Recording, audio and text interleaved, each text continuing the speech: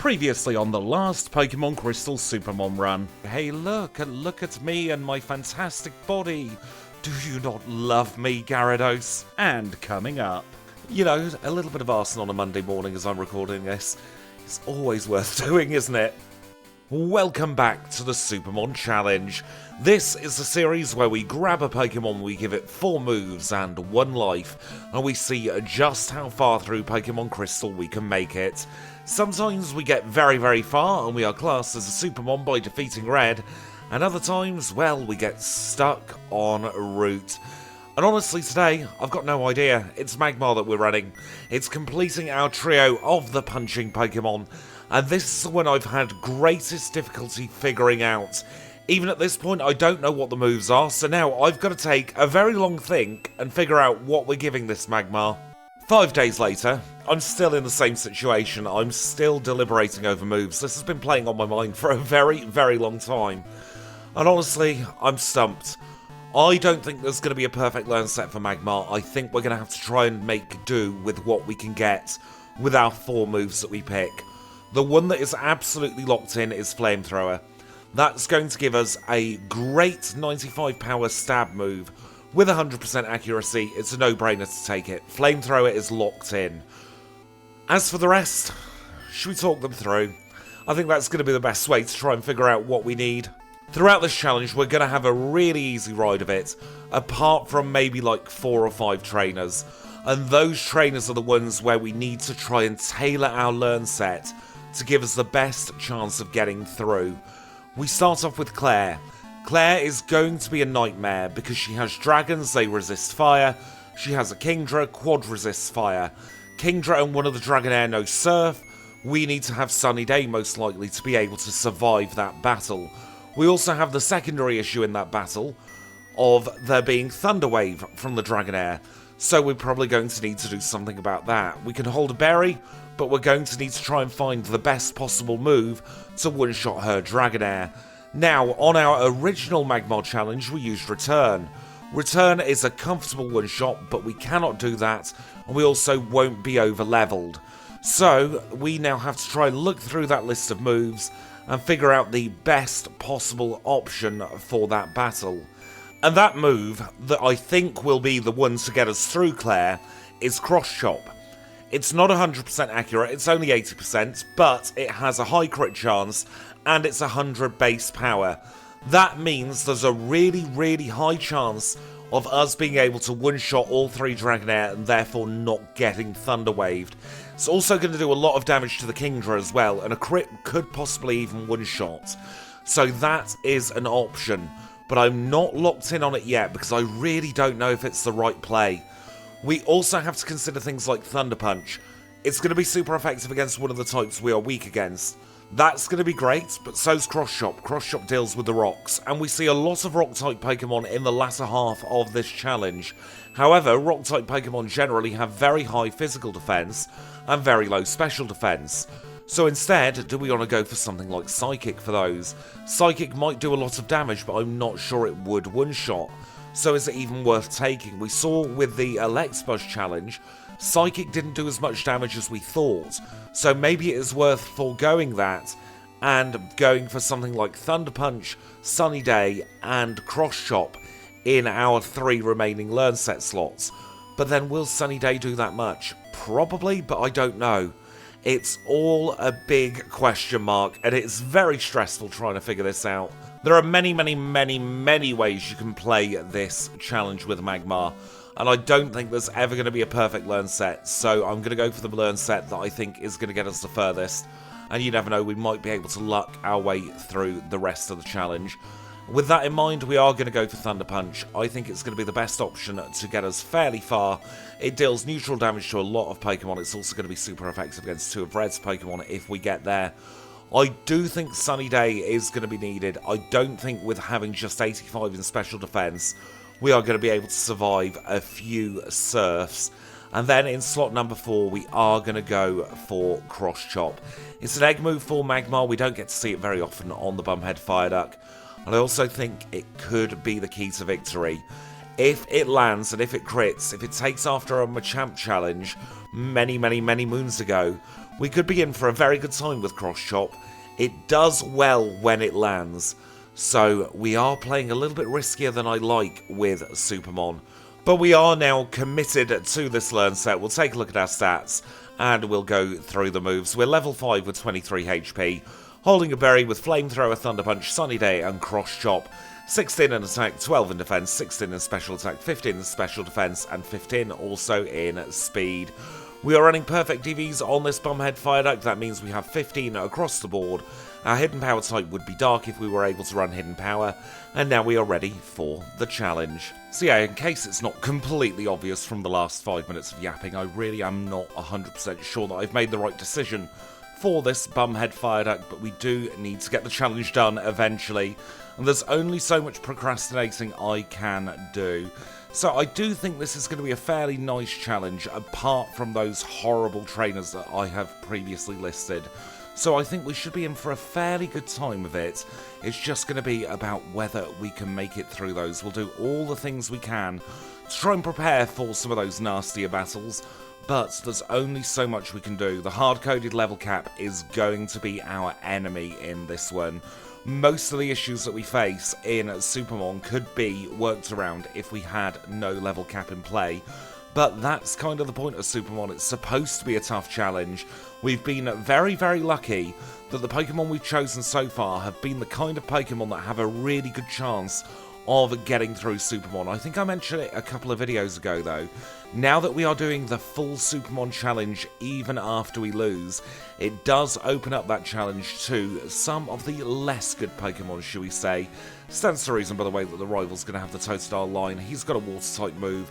Not a very good water-type move, but it's cursory to go for the rival starter, who has the greatest chance of knocking you out, and in this instance, it is the Totodile. Now, we do need to name the rival triple question mark. I've been having all kinds of problems, actually, with this screen on OBS at the moment. My cursor doesn't show up at all, so it's kind of 50-50 as to whether I name him correctly, or if I have to do a retake of that particular part. Happened a couple more times than I care to admit. I'm hoping to try and find a fix, but you never know. Now, on our way up to Violet City, we're just going to take on an odd 1 or 2 trainers. I don't think we've got anything too great to worry about in the beginning of this challenge. The fire type is actually really, really good at the start of any Johto challenge. Barring that one potential mud slap from Falkner, we have the type advantage over a lot of places where we go, because we have the type advantage over Sprout Tower, we've got the type advantage over Bugsy, and there are a lot of early grass and bug types to ignite as well.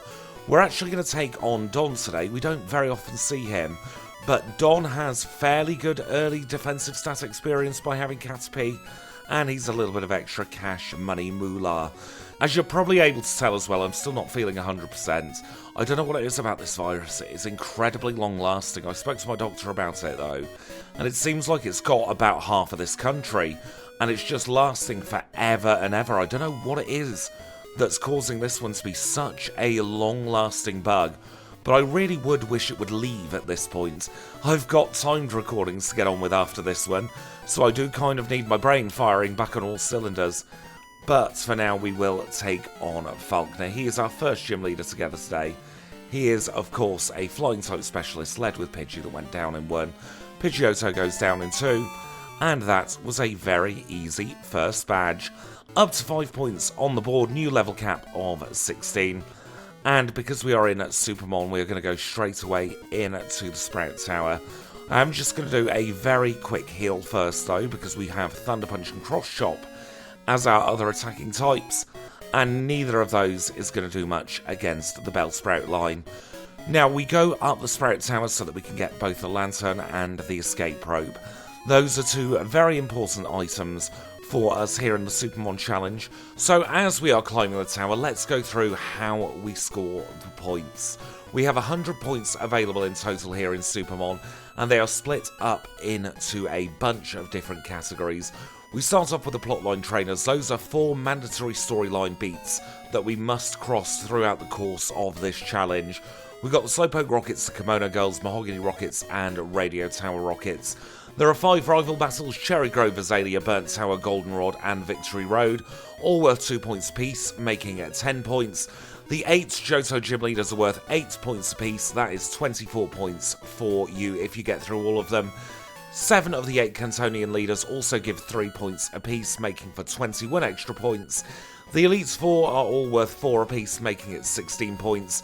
Blue's a bit of a maverick, he is worth 5 points. And then Lance and Red, the 2 champion-themed battles, are 10 points apiece. You get through all of them, you get 100 points in total, and you are classed as a SuperMON. And now very quickly to answer a question about why we have those 4 plotline trainers give points. It is so that we have more options in the middle part of the challenge. I want to make that middle part as easy as possible to gain an extra point to try and differentiate between other Pokemon who may struggle at all of the trainers, so that way when we go to our SuperMON leaderboard, we'll be able to see, well, this Pokemon might have had a bit of bad luck, but at least they got through the Kimono Girls, for instance. So it is just there to add a little bit more variety, because 1 point doesn't mean the world, but it could mean the difference between a lower placement and a higher placement. And now we are at the very, very top of the Sprout Tower. That means we can battle Elderly here. We're going to use a Flamethrower on his first Bellsprout. We'll grow up to level 12. We'll swap to a Thunder Punch for the Hoothoots. We'll one-shot at that as well. And then we misclick and Thunder Punch the Bellsprout, so we'll just use a pair of those to get rid of it. We get ourselves HMO5. That does contain Flash. We're more interested in the Lantern part of that. We also get the Key Escape Rope. With that, we can now leave. We can go into the Violet Pokemon Center, have a little chat with Nurse Joy, replenish our flamethrowers. We'll have a little chat with Professor Elm's aide, who will just leave without doing anything. And we can now be on our way towards Azalea Town. And now as we're making our way towards Azalea Town, I want to let you know what's coming up in the next few weeks on the channel. We've got one more video together here in February. It's coming out on the 28th, and that is going to be Sudowoodo's 4 moves challenge. I'm really excited to see how we can do with Sudowoodo in 4 moves. It's been a very long time since we've run one. And then March, purely coincidentally, is very, very stacked with fan favourite Pokemon. We've got Snorlax doing its 4 moves challenge. We've got Meganium and Typhlosion both getting a SuperMON challenge, providing, of course, I can get a decent run out of them. Then we've got Pokemon like Gardevoir and Alakazam potentially getting their challenges. We've got the Fossils, we've got Espeon and Umbreon doing their classic challenge. We've got a Mewtwo SuperMON, and we've got many, many more videos as well. So if you like the sound of any of those, you can always click the subscribe button to be notified when they come out. And if you want to see them early, you can always join the channel membership and become a HM friend. And with that shameless self-promotion out of the way, let's carry on with what we need to do here in Azalea. We do need to have a little chat with Kurt. He is going to enter into the Slowpoke Well, and that is where we shall follow. We're going to get another points for doing the rockets, so it isn't entirely pointless doing it here in SuperMON. I don't think that our Bumhead Fireduck will struggle at Bugsy, but you never know, when we get some of the very, very, very poor Pokemon, we might end up having to use Slowpoke Well as a little bit of a tie break. Thinking those grass-type Pokemon that don't have any moves at all, looking at you, Jumpluff, in particular. I've been streaming, by the way, recently on Twitch. I've been doing shiny hunting on Saturdays, and I've got this thing on my Twitch channel where you can open up a trading card pack of Pokemon, and whenever a Jumpluff or any of the Hoppip line comes out, I've just been completely ignoring it and saying we only had 2 cards in that pack. I have such a genuine disdain and dislike of the Jumpluff line, and I have no reason to have that dislike of Jumpluff. It's not a bad design, it's really good at status conditions, I just really don't like it, and I really, really wish I knew why my brain had taken such a disliking to that line. Are there any lines like that for you, or is it just me? It's the same with Skitty, actually. I can't stand that little cat thing. And you all know me, I love cats. I have a gorgeous little black cat called Bonkers. He's absolutely wonderful. But I don't like Skitty. I think it's its cry, that horrible meow that it makes. No, please, Skitty, just leave my brain now. We've got a gym to contend with. We are now getting very, very close to being able to battle Bugsy. We are not going to be gaining any experience points from these battles, but we'll be getting some money and some stat experience. And with them being one-shots, we might as well take them on before we take on Bugsy. Bugsy is our second gym leader together today. He's going to be an absolute joke. he leads with Metapod. We one-shot the Metapod, no surprises there. Onto the Scyther we go. We say goodbye to it in one single hit, and we do the same to the Kakuna. That is Bugsy all defeated, up to 9 points on the board. We get our fresh level cap now of 20, and we are going to go straight into the second rival battle. This time he is going to lead with a very pesky Ghastly. We'll use Flamethrower against the Ghastly, we'll knock it out straight away. Croconaw comes out, we'll use Thunder Punch. He uses Water Gun, does a tiny bit of damage, but nothing to be too concerned about. And then we will Thunder Punch the Zubat as well. Getting up to level 17 courtesy of the rival battle, and also gaining an extra 2 points, so we are now up to legs 11. We'll do a quick PP heal here in the Azalea Pokemon Center, and now we'll try and do the fancy repel movement. I am feeling all kinds of terrible at the moment, so we'll have to see just how bad my movement is.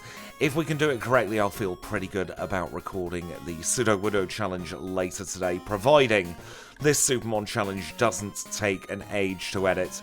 We are looking for that repel to wear out just there in front of the tree, and then we can chop it down. It's not so pertinent now, because we don't teach the HMs to Pokemon, but that little bit of movement there, if you are using Pokemon as opposed to HM items, that is where you want to stick on your repel for maximum bag efficiency. Here's our Abra. I'm not sure if that's the forced Abra from the vestigial part of the channel where we used to catch HM friends, or whether it is just a truly random Abra. And now we will do a little bit of arson against Gina. You know, a little bit of arson on a Monday morning as I'm recording this. It's always worth doing, isn't it? I don't know what I'm saying at this point, but we are going to keep on making our way into Goldenrod. We could potentially go down to Whitney if she plays her cards right. If she metronomes something like Hydro Pump, then a single rollout could be enough to knock us out. So Whitney is not a free battle, but the odds are very much stacked in our favour here in this challenge. I would kind of find it funny though to see our Magmar go down to Whitney of all trainers. I hope it doesn't happen, because I don't think that would be a fair reflection of Magmar's capabilities, but it definitely would be a bit of a laugh, wouldn't it? Here in the Underground, we are going to take on our standard 2 trainers. We'll take on Donald with his pair of Slowpoke, and then we'll just set fire to some Magnemite as well. I'm not sure we're following health and safety rules down here by using a naked flame indoors, but nobody seems to care, so we'll do it anyway. That's Tiro defeated. We will go and mess up our movement there and just try walking into a wall.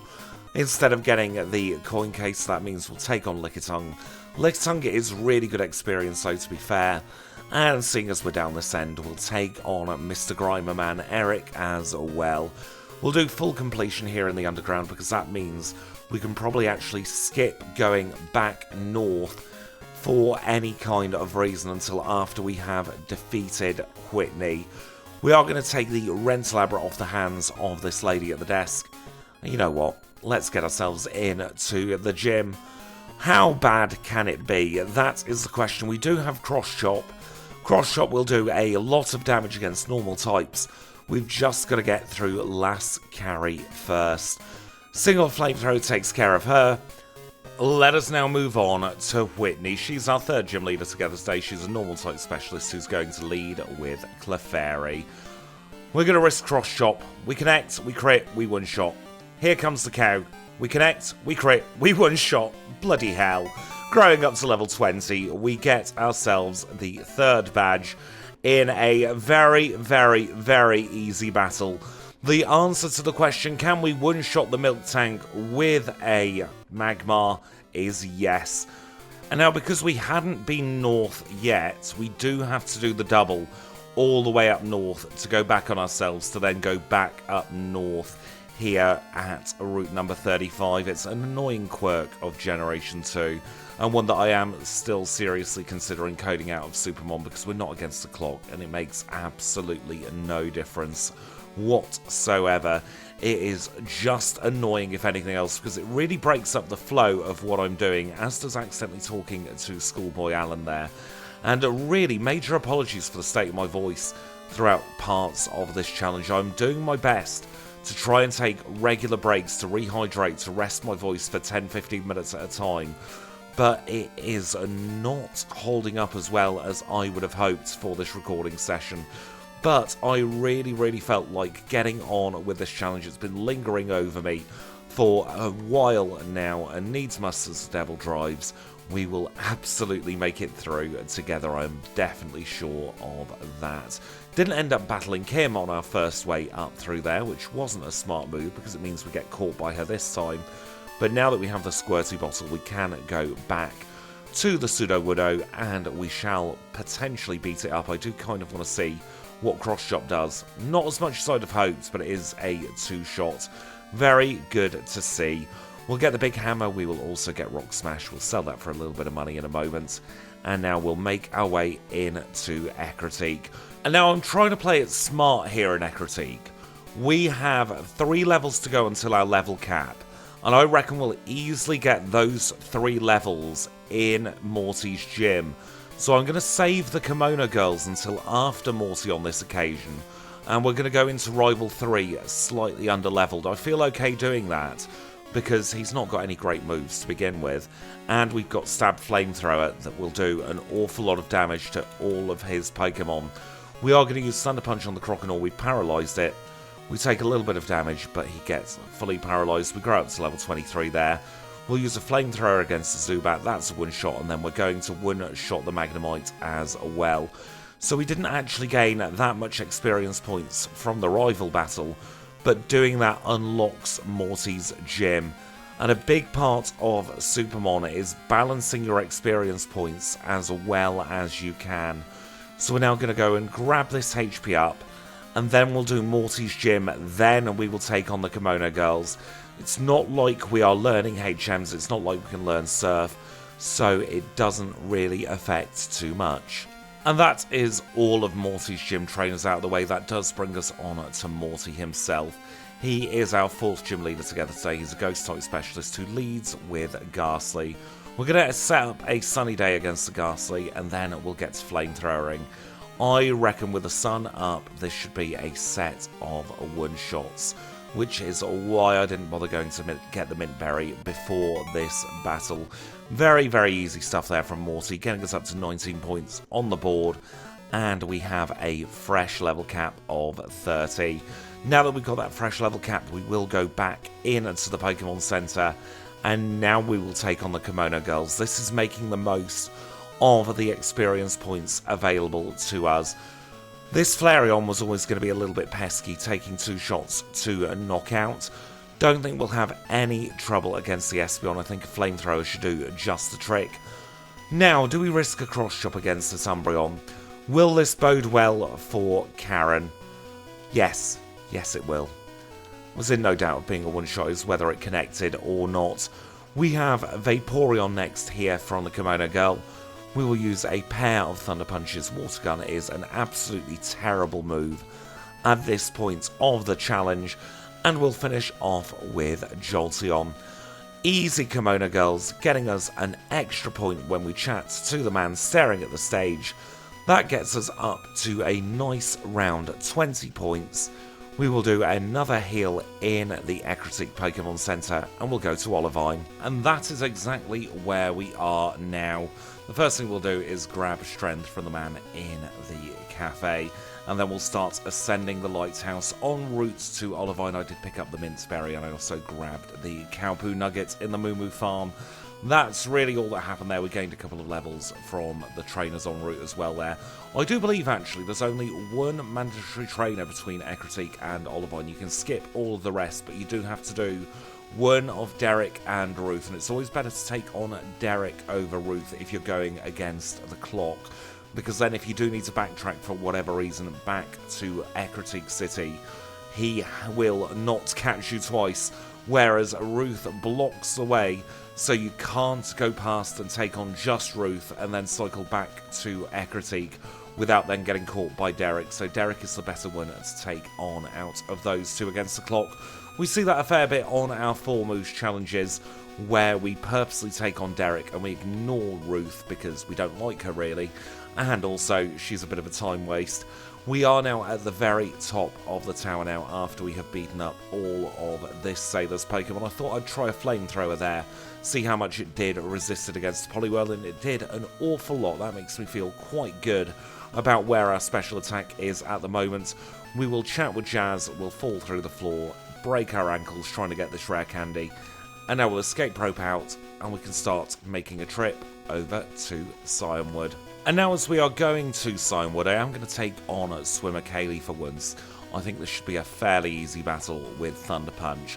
I am weighing up the pros and cons about who to take on next. I know a lot of people don't like it when I take on Jasmine 5th in SuperMON. However, she is going to be the easiest of all 3 of the upcoming gym leaders, so it would make sense to take her on first. It also then does unlock so many more experience points available to us, so we can then make the most of things like the Mahogany Underground and all of the trainers in and around Pryce's gym as well. So I do think it makes sense to take on Jasmine next. And so with that being said, let us ascend the Lighthouse for the second time in about 2 minutes. Repel wears off on this floor, and because we've taken on all the trainers, it's just a chance to show off my absolutely terrible movement. We'll give the secret potion to Jazz, she'll pretend to give it to Amphi, and I really hope today that Steelix has not been taking the old secret potion itself. You never know, it might take it under its own volition as well as Jasmine giving it. I don't know, I know very little about Jasmine. Let us take her on though, she is a Steel type specialist, and she's got very, very flammable Pokemon. Starts with a Magnemite. Magnemite's a one-shot. She goes for Steelix as her second. We get rid of it in one. Here comes the second Magnemite. Easy, easy, easy Jasmine battle. Mineral badge acquired, and now we have a whole 10 levels to play with. We're not going to try and get over-leveled, but that does mean I feel less bad about taking on... But it does mean I feel less bad about taking on all of the nonsense in Mahogany and the surrounding areas, because those battles are actually going to mean something now. Chuck's gym trainers were as easy as you would expect, and that means we can prepare for Chuck. I think we'll go for the Minceberry, and I reckon we will do some sunny day shenanigans for Chuck. He is our 5th gym leader together today. No, he's not. He's our 6th. Don't lie, Squidge. He is a fighting type specialist, leads with Primeape. We'll set up a sunny day, and then we will flamethrower the Primeape. It's going to go down in one. Up next is Poliwrath. We'll use Thunder Punch. He goes for Mind Reader. We get the win. Level 32 acquired. Chuck defeated. Storm Badge in our pocket. And that gets us now up to 26 points. Because we have already defeated Jasmine, neither Chuck nor Pryce will give us an increase to our level cap. And now that we get the air balloon from Chuck's wife, we can go and start picking up some of the items that we have missed so far throughout the course of this challenge. We'll get the ladder and the rare candy to begin with, then we'll make our way over towards Violet City. In Violet, we can go and grab a couple of important items, both of which need Surf. We'll use a regular Repel, we'll clear the bag space for those. We'll get a rare candy, we'll use that at some point in the league if we make it there. And we will also go and pick up this extra PP up. We'll plonk that in Cross Chop in a few moments' time. In Azalea, we have the Charcoal to pick up. We're not actually going to hold on to this. I don't think we need it for our Magmar. We've got 100 in our special attack, so it's not really going to make too much difference. In Goldenrod, there are a couple of items, well, I say in Goldenrod, just south of Goldenrod, there are a couple of items I want to pick up as well. A nugget and a rare candy. And now I'm going to do a very quick shop, get some vitamins into our Magmar, and then we'll meet back up towards the lake. I ended up gathering a few more bits off camera, and we had enough money to get 7 calcium, maxing ourselves out in the calcium department, and we had an extra bit of money as well because I sold the HP up to grab ourselves the first protein. Those are the 2 stats I'm going to be focusing on at the beginning of this challenge anyway, in terms of vitamins. So we are now at maximum potential for our special attack. We cannot artificially increase it anymore. Now this is going to be the first of potentially 2 trips here to the Lake of Rage, because Wesley of Wednesday is a right awkward git and lives just in front of that rare candy, and he blocks it off. So we cannot go here to get the rare candy and get the black belt. We have to do the double, which is why I've decided to just go and get the rare candy for now. The black belt might come in useful, but I will wait until we've battled some of the trainers in Clair's gym to figure out whether the black belt will be worth it for the Clair battle. We can fly to the Lake of Rage because it used to be a town in the very, very, very early days of this game, and we can take on the Gyarados. Misclicked there. Thunder Punch will be a one-shot, we'll grow up to level 33, we'll obtain the red scale, and now we've got a chat with everyone's favourite liar in the world. It's Lance. He bogs off, and we're going to take a nice leisurely jaunt back down. He can wait for us today. We'll Thunder Punch a Salamander while we are procrastinating doing the underground, and we'll also take on this Nidoking trainer. Always worth taking him on. He's easy experience and a lot of good stat experience to boot, and not bad money either. And we will pick up this Max Ether, and we'll take on this Camper Spencer at the same time. Might as well get as many experience points and as much money as we can, because we can do a nice leisurely jaunt around Johto in SuperMON. We're not worried about how long it takes us, we are just worried about getting as far as we can. There is only so much procrastination we can do though, so now we are going to take on the rockets in here. I'm not going to make you sit through them though, let's skip to the end. I was in a world of my own then. Totally didn't realise that I was supposed to be recording this section. Yes, we've gone through all of the rockets there. That flew by. I don't even know what I was thinking about. I kind of just went on to autopilot. Started thinking about lunch, even though it's only about 8 o'clock in the morning as I'm recording this. But yeah, we did get through very easily. All one shots. You would expect nothing less from the Bumhead Fire Duck. And that does mean we can make it into our next gym. This is Pryce's Ice-type gym. It should be a fairly trivial affair. He's got a couple of water types, but no water moves. He's got a ground type, but no ground move. He's just shockingly bad at life, really, isn't he? We'll Thunder Punch the Seal. We'll knock it out in one. We'll risk a cross chop. We connect again. We're getting very lucky with those, and we one-shot the Dugong. And then we can flamethrower the Piloswine. No need to go for an inaccurate move, when an accurate move will also be a one-hit KO. That means we have defeated Pryce. We get ourselves up to 30 points on the board, and we get that bloody call from Professor Elm. I am going to ignore it for as long as I can. We'll pick up this Max Repel here, and we'll start making our way through the very, very, very chilly ice path. And we'll have to make sure that Magmar is very securely in his Pokeball, because we don't want to melt any of the ice in here and get caved in. There are quite a few items that I want to pick up, but we don't need the Never Melt Ice in here today. But I think the rest of the items are going to be very useful to have. We don't need to pick up the Waterfall HM either. I did actually consider putting 2 items there and putting the ladder there instead of in the Tojo Falls, but I felt like the Tojo Falls was a much better placement for it, because that way, if you do forget the ladder for whatever reason in the ice path, you have it there instead. Plus, it looks very, very ugly having 2 Pokeballs there, so it's the one HM that isn't in the exact same spot as it is in Vanilla. By the way, if you are playing on any of the patches for the challenge runs, on the standard challenge run patch, you can have the game completely vanilla with all the optional extras turned off. But if you want to play on 4 moves or SuperMON, then HM items are enforced, because part of the rules of those challenge are that you have just 1 Pokemon in your party at any one time. And if you try and catch anything else, the game will break. I don't know why we're saying hello to the move deleter there. We mean to go into the Pokemarts instead. We'll just get our 12 standard Max Repels. We get 13 Super Repels, 13 Max Repels, and that sees us more than fit for all the movement we need to do in this challenge. Try timing that. I'm just terrible with her. I don't know what it is. I just can't get my movement right there. It will eventually come, but it might take a little while. It's like Super Nerd Tom over in Kanto.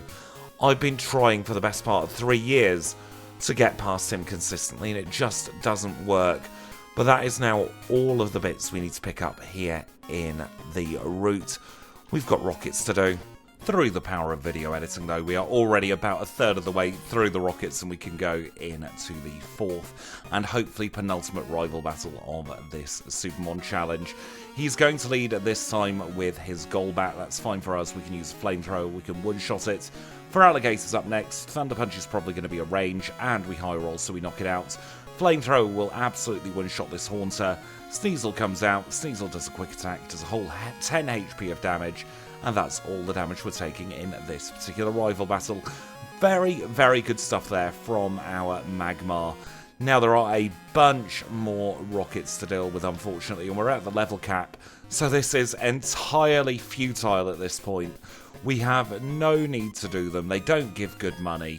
They're just a pain and a roadblock, and I really don't like them. But needs must. We have to get them done. So I'll skip to the very, very last one.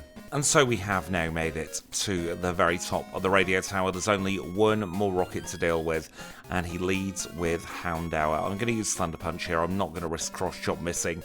The fewer times I can use Cross Chop, the better in this challenge. We'll Thunder Punch the Coughing as well. And now we will Cross Chop the Houndour. It connects, and it one-shots. So we are through the rockets once and for all for another challenge. Now in that rocket section, I did go back to the Lake of Rage as well and pick up the black belt in case we need it. It's going to give us a 10% buff to our fighting type moves should we wish to hold it on our Bumhead Fire Duck. At the moment though, I am kind of erring on the side of caution, maybe thinking a Paralysed Cure Berry is going to be better for the Clair battle. We'll have to see. There's one way to find out, and that's to get ourselves over to Blackthorn City. We do now have the radio card now that we've completed the rocket section as well. And in this gym, we're holding on to something we very, very, very rarely see. We've got a mystery berry.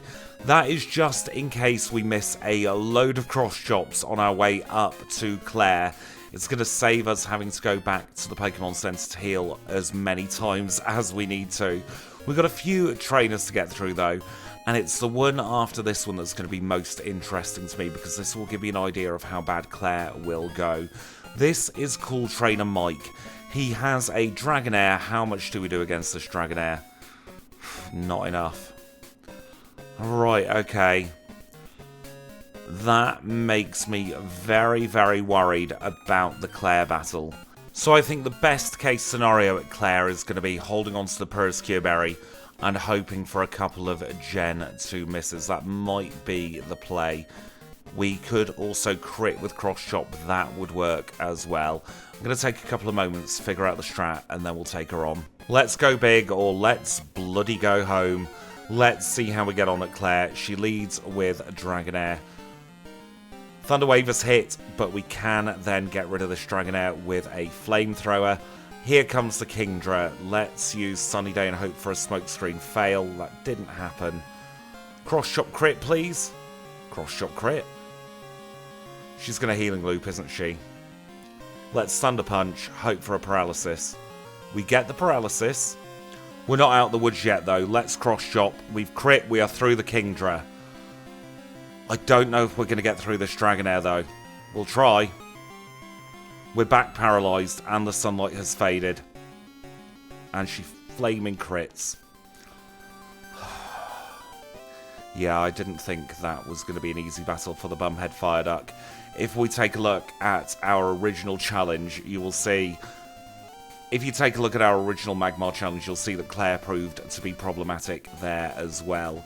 But that does mean that the Bumhead Fire Duck is finishing SuperMON with 33 points. This one stings, only 33 points for the Bumhead Fire Duck, putting it in the 3rd position out of our punching trio. The Fire type always has a bad time at Clair, and because we don't have hidden power available to us, we don't have anything for her Dragonair. We went for the highest power move we could. Maybe Psychic would have done something, but I still don't think it would have been enough. However, this is not the end of the video. We are going to take the Bumhead Fire Duck to completion. That means we'll freeze the points, and we will also uncap our level cap. I'll do a little bit of grinding, get ourselves up to a more sensible level, and we'll take on Clair again. I've gone all the way up to level 46, did a fair amount of grinding, and we're also holding on to the black belt, and I'm hoping this will be enough to defeat Clair. She is our 8th gym leader. Unfortunately, this battle now means nothing. She leads with Dragonair. We one-shot the first one. Here comes that pesky Kingdra again. We're just going to go for a cross-shot. We crit.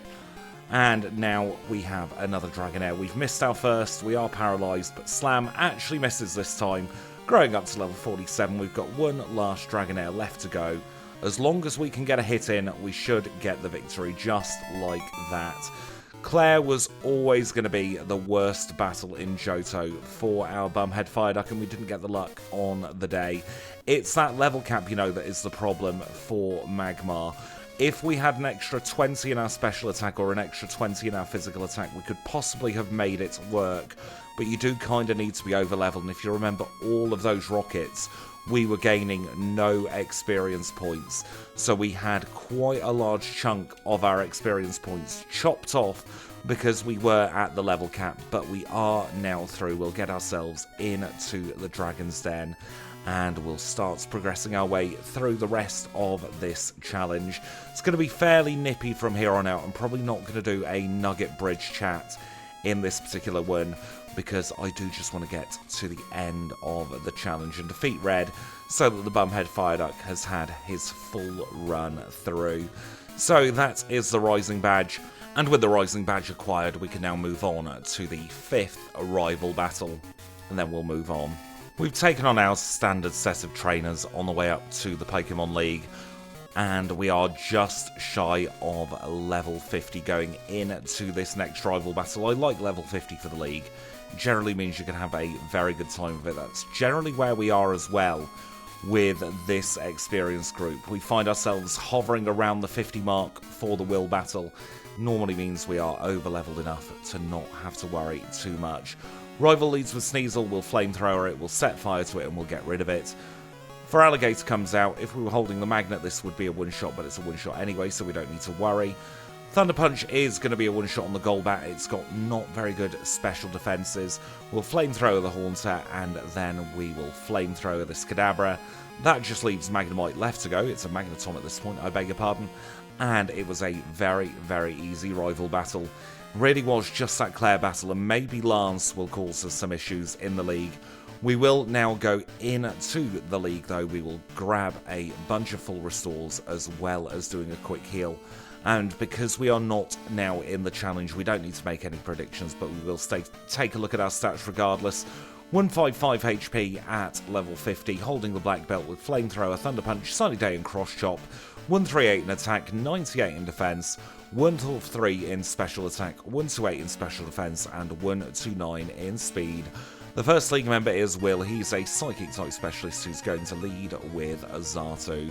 We'll use Flamethrower on the Xatu, no need to use a super effective move. It's going to be a two-shot on this slow rate. Is he going to go for Amnesia? He is. That means we take no damage off that. We've got another Xatu coming out to play. We will ignite that, and then we've got two Pokemon weak to fire.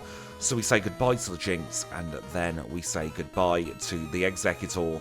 Will is done, admittedly a whole 9 levels above our level cap for it, but it wouldn't have been any different at the level cap. After Will appears Koga, Poison type specialist who leads with Ariados. Another very flammable Pokemon, so we'll take care of it with a Flamethrower. He sends out his Fortress next, might as well get it out of the way. It's not going to go down very, very slowly in any possible world with a Magmar against it. We will use 2 Flamethrowers against the Muck. Don't have anything great for the Crobat because we're not going to be able to one-shot, but he doesn't use Double Team. I think Koga has understood his fate in this assignment. We get through it, and then we'll set fire to a Venomoth. And a little bit of arson makes you feel a lot better after you lose a SuperMON challenge. Don't commit arson in real life, just set fire to some Pokemon in the game instead. That's what you should do. Let us use one of our elixirs, wherever they're hiding in the bag, to get ourselves prepped for Koga. Not Koga, Bruno. Bruno is another tricky-ish trainer, to be fair. He leads with Hitmontop. We are going to use probably a Cross Chop, and if we crit, even better. No, we don't. We didn't mean to Cross Chop twice in a row. Then we go for a Sunny Day. That will boost our Fire-type moves enough to then one-shot the Hitmontop. We can one-shot the Onix with a Flamethrower as well.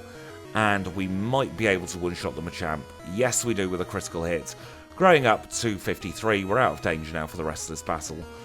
The final 2 Pokemon are a very big disappointment, taking 2 turns of guaranteed damage, but that is the lot for Bruno. Let's move on to everyone's favourite person here, Karen. We're going to use a couple of Super Potions, because they're the first healing item that I came across. We'll use another Elixir, and we will also use the HP up. I don't think we need to Candy. We'll take her on now. She is a Dark-type specialist who leads with Umbreon. Cross-Chop connects, we get rid of the Umbreon. It's absolutely fine. Gengar is second. Flamethrower connects, and it swears us to knock itself out. We'll Ignite the Bird next, and that was a guaranteed one-shot. Cross-Chop will one-shot this Houndoom. It's just a case of whether we can make it hit. I swear, if we keep missing just like this... Oh, that is the downside of Cross-Chop. If we'd have hit one of those on the Houndoom, we would have easily won the battle. As it happens, we didn't get the luck on the day, and I reckon this is a range on the Gengar. It licks us, we're not cursed, we can brute force that bloody Houndoom now.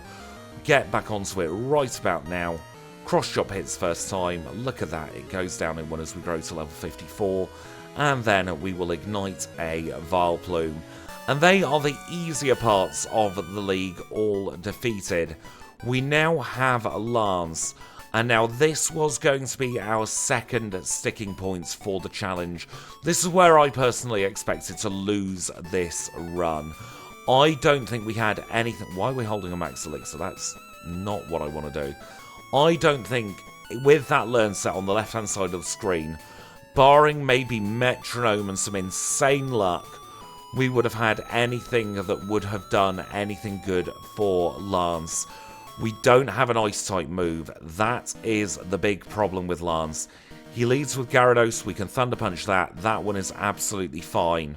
Here comes Aerodactyl next. Thunder Punch should do a lot of damage. Rock Slide hits us fairly hard back, though. We might need to Candy for this one. Here is the problem. What do we do against Dragonite? And the answer is probably not a lot useful. We get a Gen 2 miss, and he goes for Hyper Beam. We're through the first one, but I don't think we've got much of a chance against the second one. No. I think we would have gone down here regardless. Let's get some candies in. We might as well use all 7 of these. And then try again at level 61. Surely we have to have a greater chance of winning now. I don't even think Psychic would have done much because the Dragonair line is very, very bulky in its special defense. We know that Gyarados isn't an issue, we can one-shot that. We can also now guarantee a one-shot on this Aerodactyl. We have the first Dragonite next. Sunny Day, Flamethrower maybe, but again... We've got nothing to consistently one-shot this. And we've been double Thunder Waved. Oh, I think the theoretical maximum with a level cap without hidden power is probably Lance, unless you get insane amounts of luck.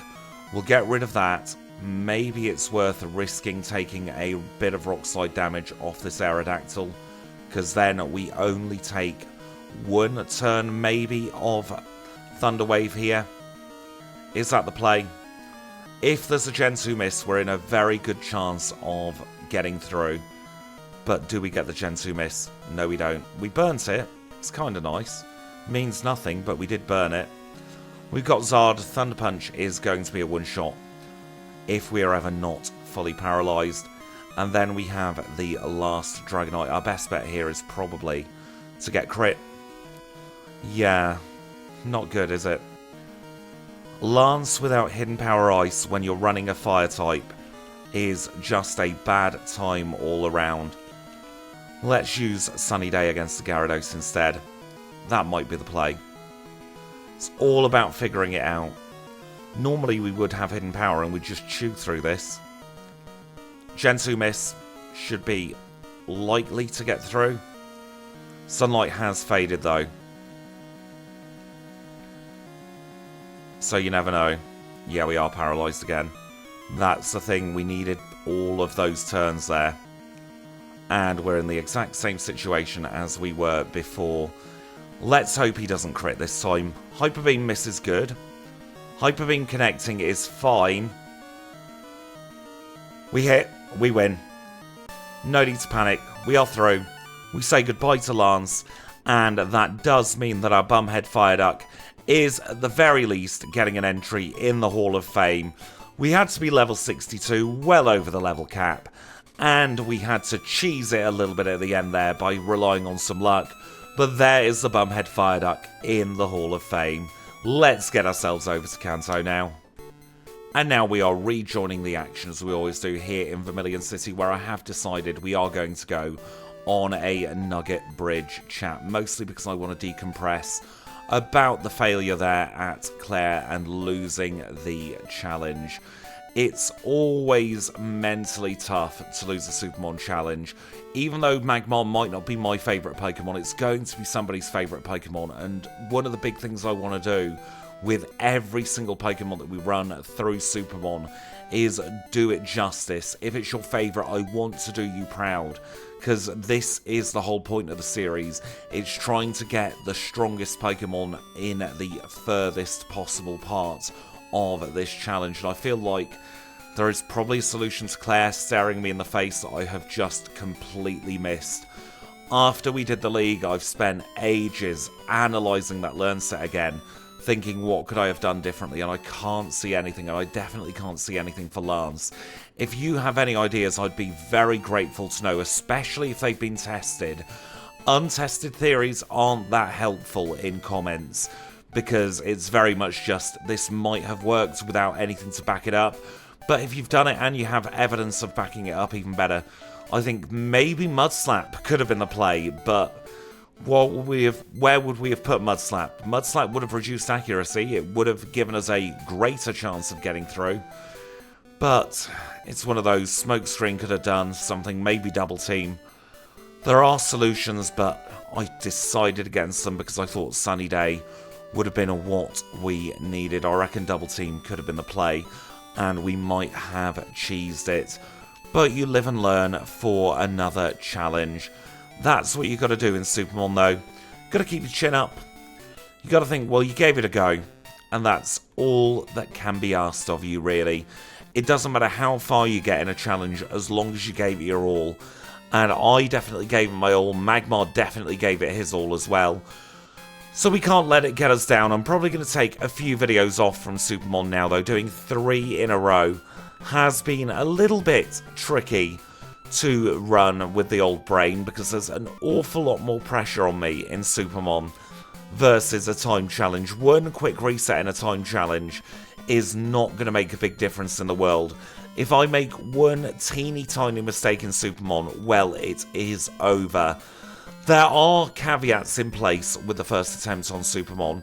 If I have made a big old colossal boob error in the learn set, then I will do a redo. We saw that with quite a few attempts actually in Love Disc. But for the most part, once I've got, call it somewhere between Jasmine and Rival 4, if we get the run to that point, then we are committed. So with that all out of the way, let us start on our gauntlet of Kantonian gym leaders. We'll start here in Pewter City with Brock, who has no special defense whatsoever. So even though these rock ground resist flamethrower, they're going to go down in one shot. I reckon the only place in Kanto we are going to need to use Cross Chop is for Blue's Rhydon. I think all the other Pokemon will easily be 1 or 2 shots with either flamethrower or with our Thunder Punch.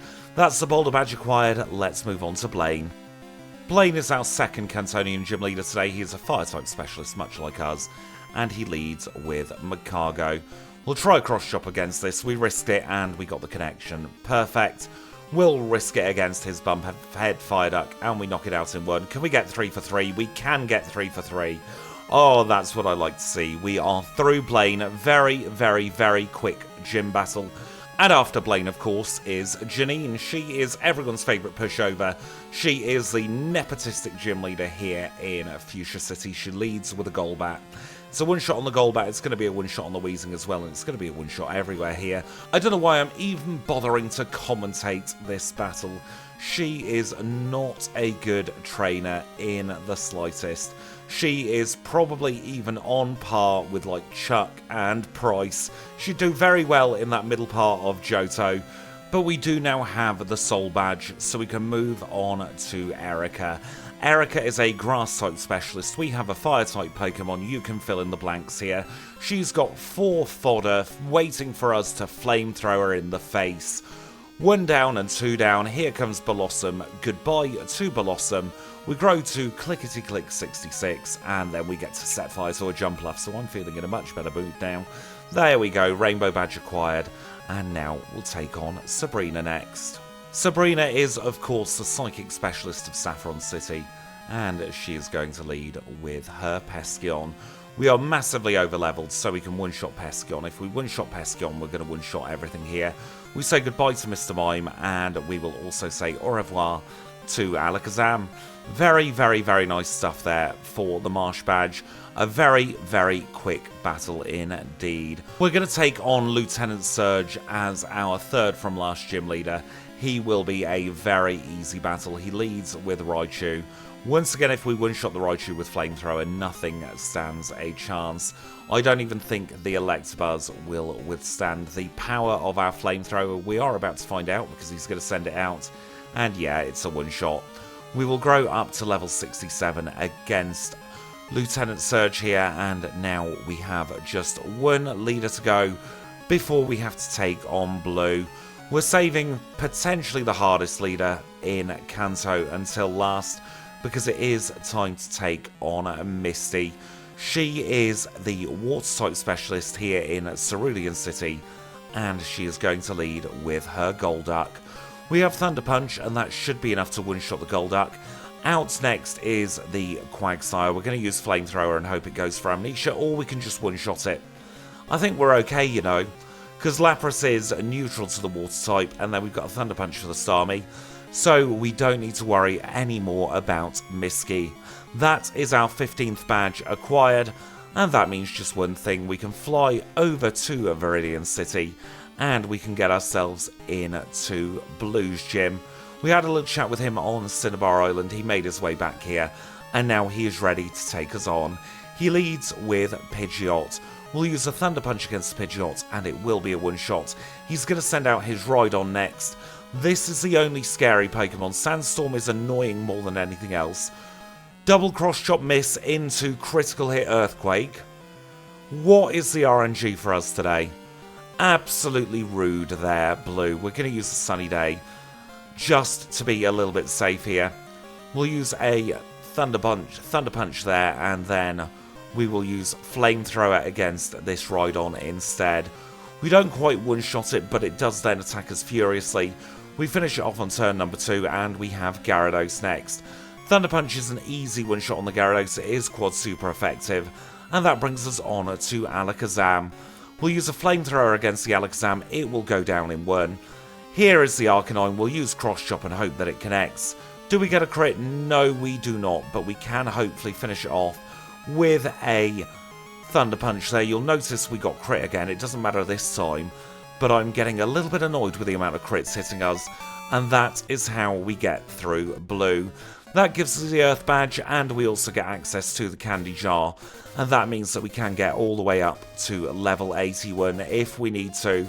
I do think if we lose the SuperMON challenge, I will then go into Red at the lower level to begin with. I'll just use our regular rare candies instead, just to see how far and how easy or hard the Red battle is. So let's now get ourselves over to Silver Cave. I will use the rare candies that we have, and then we'll take Red on. So we only had 3 rare candies, but that does mean we are up to level 71, and we do have the Candy Jar if we absolutely need it. This is Red. He leads with Pikachu. We'll use Flamethrower against Pikachu. We'll knock it out in 1. He's going to send out his Espeon next. Interesting. Double Flamethrower will take care of this. Psychic is kind of what I wanted to see there over Reflect. Here comes the Blastoise third. Let's think what we should do. We should start off with the Thunder Punch and hope that he goes for Rain Dance. He goes straight in for Surf. interesting. Possibly a range, which is why he saw that. We'll use another Thunder Punch, and we will knock it out, though. Here comes the pesky Snorlax. We'll use Cross Chop, and it doesn't crit, and we get knocked out. Good to know. Let's try again. Sunny day against the Pikachu. We don't want to see Charm. I think these key battles for the Bumblehead Fire deck all have certain parts which could go very, very, very wrong. I've got to be honest, the Fire type is not the strongest in Gen 2. I really wish it was, but there are a lot of foibles for the Fire type. He is likely to go for Rain Dance now. That is what we want to see, because then we can get the sun back out and we can hopefully finish off this Blastoise. We're in much better stead for the Sleepy Bear this time. We'll use Cross Chop. Does it crit this time? Does it? Bloody heck. We can knock it out in a second at Cross Chop though, and now we have a fairly easy end to this battle. Probably going to get wing attacks by the Zard. If it is... No, he's not even bothering. He's going for his Flamethrower there. That is what we want to see, because that means we have a nice, easy finish to the battle. And we get through red. So I am still disappointed with how early Magmar fell. We only got a third of the way to being a SuperMON in this particular challenge, but on another day with another set of luck, we will probably get much, much further. Definitely one for a SuperMON redo a little bit down the line when we start thinking about doing those. Let's take a look at it on the ordered SuperMON leaderboard now, though, and it is bad news bears if you like the Magmar. It's down there in second to last place, sharing its spot with Magcargo. Magcargo got through Clair, which is why I've ordered it slightly higher on the leaderboard. But yeah, the Fire type has a real Achilles heel in the Clair battle, but there's not much we could have done.